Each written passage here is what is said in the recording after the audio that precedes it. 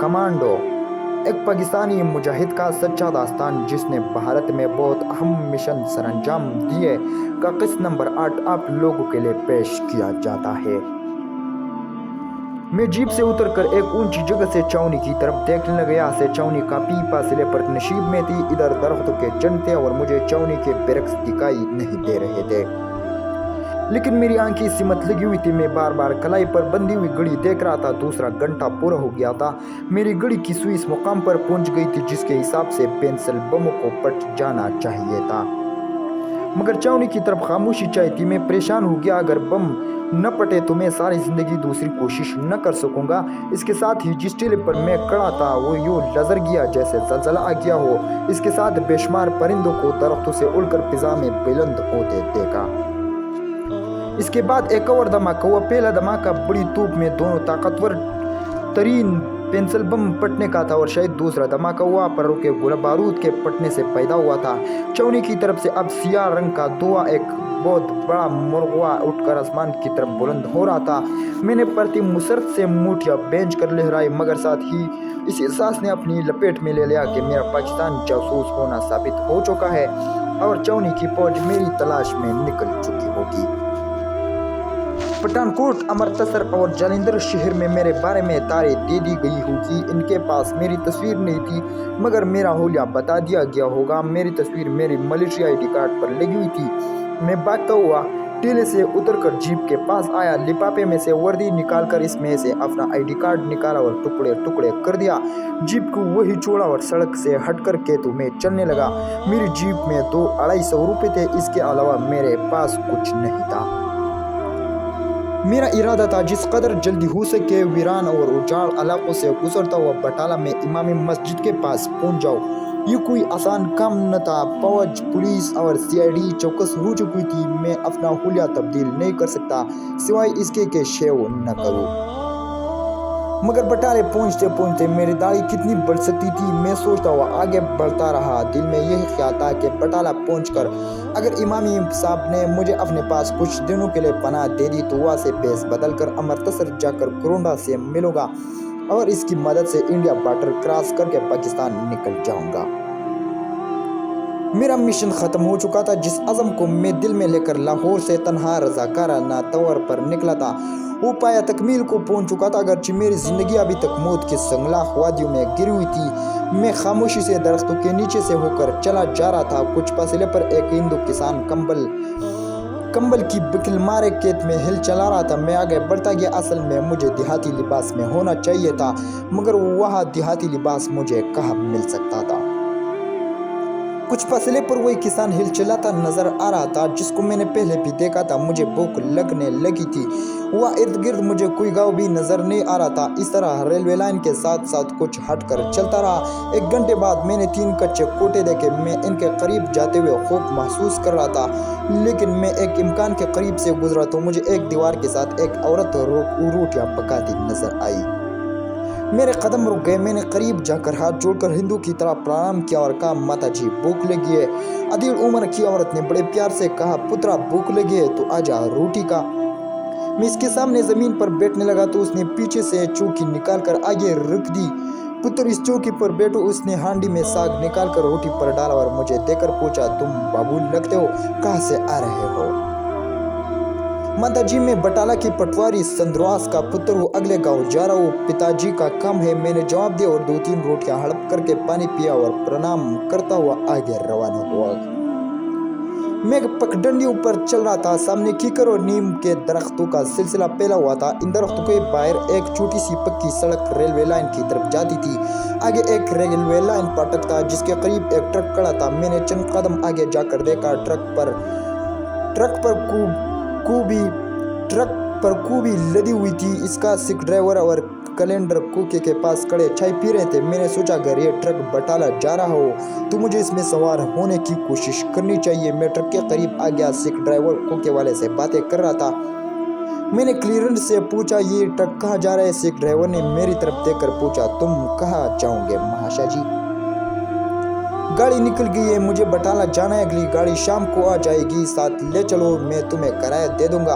میں نے کہا۔ سکھ نے ہنس کر کہا، کرایہ کی کیا ضرورت ہے، تم اوپر چڑھ کر بیٹھ سکتے ہو۔ तो बैठ जाओ। धन्यवाद सरदार जी, मैंने कहा और लटकी हुई रस्सी ताम कर ट्रक पर चढ़ गया। गोभी के पुल में जगह बनाए और गटने सीने से लगाकर बैठ गया। सिख ड्राइवर ने कुके वाले कहा, करता रहे, अब चलता हूँ वापसी, शाम को होगी, राम राम। ट्रक रवाना हो गया। एक जिली सड़क थी और इसकी हालत भी काफी खस्ता थी। मैंने गोभी के पुल में मजीद जगह बनाए और चुप कर बैठ गया। अब बाहर से मुझे कोई नहीं देख सकता था। ट्रक काफी रफ्तार से जा रहा था। सड़क के किनारे 2-3 कस्बे आकर गुजर गए। भारत पंजाब का मैदानी इलाका शुरू हो चुका था। गोभी के पुल के ऊपर से सर निकाल कर देख रहा था। सड़क के दोनों जानिब शीशम के दरख्त पीछे को भागते जा रहे थे। इस जिली सड़क पर इतना खतरा नहीं था, लेकिन बटाला में दाखिल होते वक्त पुलिस से वास्ता पड़ सकता था। इसलिए सोचा बटाला आने से पहले ही किसी जगह उतर जाऊंगा। सिपीर के वक्त मुझे दूर से बटाला कस्बे की बुलंद दीवार दिखाई देने लगी, मगर ट्रक बड़ी तेज रफ्तारी से जा रहा था।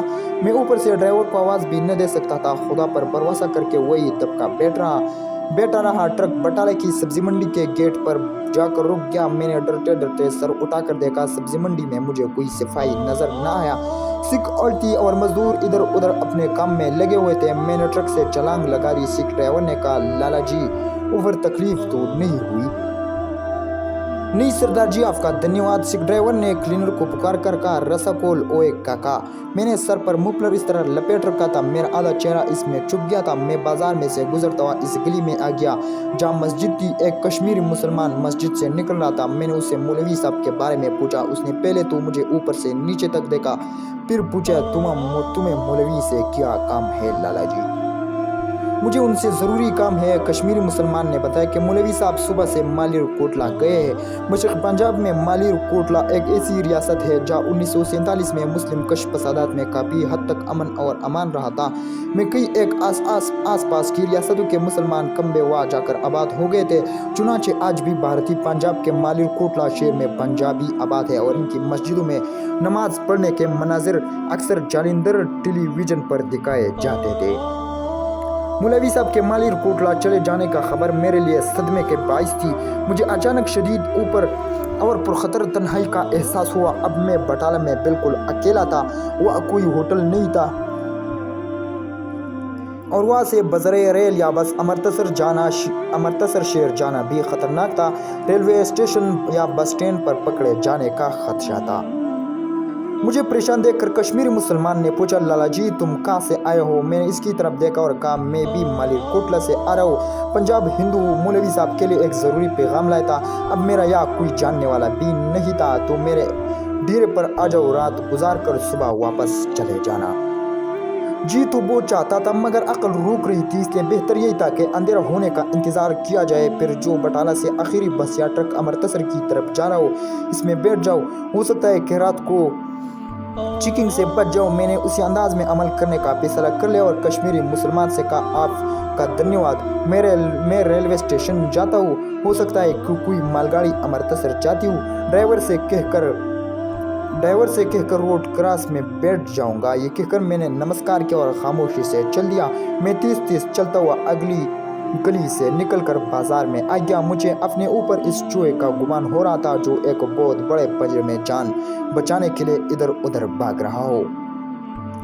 दिल डलने लगा था। धूप पीक पड़ गई थी। बटाला के बाजार बड़े ऊपर शोर थे। ज्यादा आबादी सिखों की थी। हर तरफ सिख ही सिख नजर आ रहे थे। जहां मुझे इसका का कोई वर्दीपोश सफाई दिखाई देता, मैं कई कतरा कर दूसरी तरफ निकल जाता। रेलवे स्टेशन जाने की बजाय मैं कस्बे के जनूब में वाक़ एक चाय की दुकान में बैठ गया। ये एक सिख का होटल था। होटल में बहुत से लोग सर्दी से बचने के लिए बैठे चाय पी रहे थे। इनमें सिख भी थे और हिंदू भी थे। मैंने गर्म ऊनी मुफलर सर में लपेट रखा था और हुलिये से कोई क्लर्क लगता था। ये एक गैर मसरूफ सा इलाका था। या पुलिस का सिपाही भी कहीं नहीं था। वहाँ बैठे बैठे मुझे शाम हो गई। मैं मुंतज़िर था कि ज़रा अंधेरा पहले तो वहाँ से निकलूँ। रेडियो पर ये खबरें नशर होने लगी। इन खबरों से मालूम हुआ कि मशरक़ पाकिस्तान की हालत बहुत ज़्यादा ख़राब हो गई है और भारतीय फ़ौजों को अपने मुल्क के सलामती के लिए चौकस रहने की हिदायत कर दी गई है। ये मेरे लिए बहुत ही मायूस कुन खबर थी, क्योंकि इस तरफ से सरहदों पर भारतीय फ़ौज आ जाएगी और बॉर्डर क्रॉस करना मुमकिन नहीं रहेगा। मैं खामोश बैठा चाय पीता रहा। अब जल्द अज जल्द इंडिया से कोलंबिया से मिलना ज़रूरी हो गया था। अंधेरा गहरा हो गया। मैं होटल से बाहर आ गया और बस स्टैंड की तरफ चलने लगा। इस स्टैंड पर काफ़ी रश था। ये एक बस फिर चक्कर थी। मुझे भी इसमें जगह मिल गई। बस अमृतसर की तरफ रवाना हो गई। बस स्टैंड पर कोई पुलिस का सिपाही नहीं था। मैंने खुदा का शुक्र अदा किया। दीरका और मेट के कस्बे आए और गुजर गए तो दूर से अमृतसर की रोशनियां झलमलाती नजर आना शुरू हो गई। बस अमृतसर शहर के रामबाग के चौक वाले बस स्टैंड पर जाकर खड़ी हो गई। मैंने खिड़की से बाहर का माहौल का जायजा लिया। रात हो जाने और सर्दी की वजह से वहाँ कोई सिपाही मौजूद नहीं था। बस से उतरकर मैं रामबाग बाजार की तरफ चल पड़ा। इस इलाके के छुपे छुपे से वाकिफ था। अब कोलंबिया स्मगलर से सामने होने वाला था, जिसका मैं 5,000 रुपया चोरी करके भाग गया था। वो मुझे पुलिस के हवाले नहीं करेगा और मुझ पर तशद्दुद भी नहीं करेगा, क्योंकि उसका राज भी मेरे पास महफूज था। मैं इसके होटल के सामने पहुंचा। वो काउंटर में पर बैठा कुछ हिसाब लिख रहा था। मुझे देखा तो गुस्से से इसका चेहरा सुर्ख हो गया। मैंने गूंगे की अदाकारी करते हुए यूं ही आ की आवाज़ और होटल के सीढ़ियाँ चढ़ गया। उसने वहाँ मुझे गूंगा बांझा मशहूर किया हुआ था। मैं ऊपर वाले कमरे में जाकर पलंग पर बैठा ही था कि वो आ गया। बेहाथों गुस्से में था। आते ही उसने दरवाज़ा बंद कर लिया और मेरी गर्दन दबोच कर बोला, चूर की औलाद, मेरे रुपए चुरा कर कहाँ भाग गया था? मैंने उसका हाथ झटक दिया और फिर एतमाद लहजे में कहा, तुम्हारे लीडर के पास मेरे पेरे के 10,000 रुपये मौजूद है। तुम अपने 5,000 रुपये उससे वसूल कर सकते हो। मैं तुम्हें कागज़ पर लिख देता हूँ। वो सामने कुर्सी पर बैठ गया। मगर तुम्हें रुपये चुराने की क्या ज़रूरत थी? तुम कहाँ फरार हो गए थे? तुम्हारे बारे में किसी को कुछ मालूम तो नहीं हुआ? नहीं, किसी को कुछ मालूम नहीं हुआ। मगर तुम कहाँ भाग गए थे? तुम यहाँ से फरार होने की क्या ज़रूरत थी? क्या तुम अकेले बॉर्डर क्रॉस करना चाहते थे?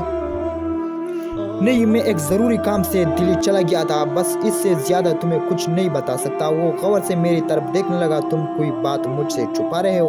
मैं उसे कुछ नहीं बताना चाहता हूँ। एक स्मगलर था और पाकिस्तान के खिलाफ गैर कानूनी सरगर्मियों में मुलविस था। इसकी जगह कोई दूसरा पाकिस्तानी होता तो शायद मैं उसे सब कुछ बता देता।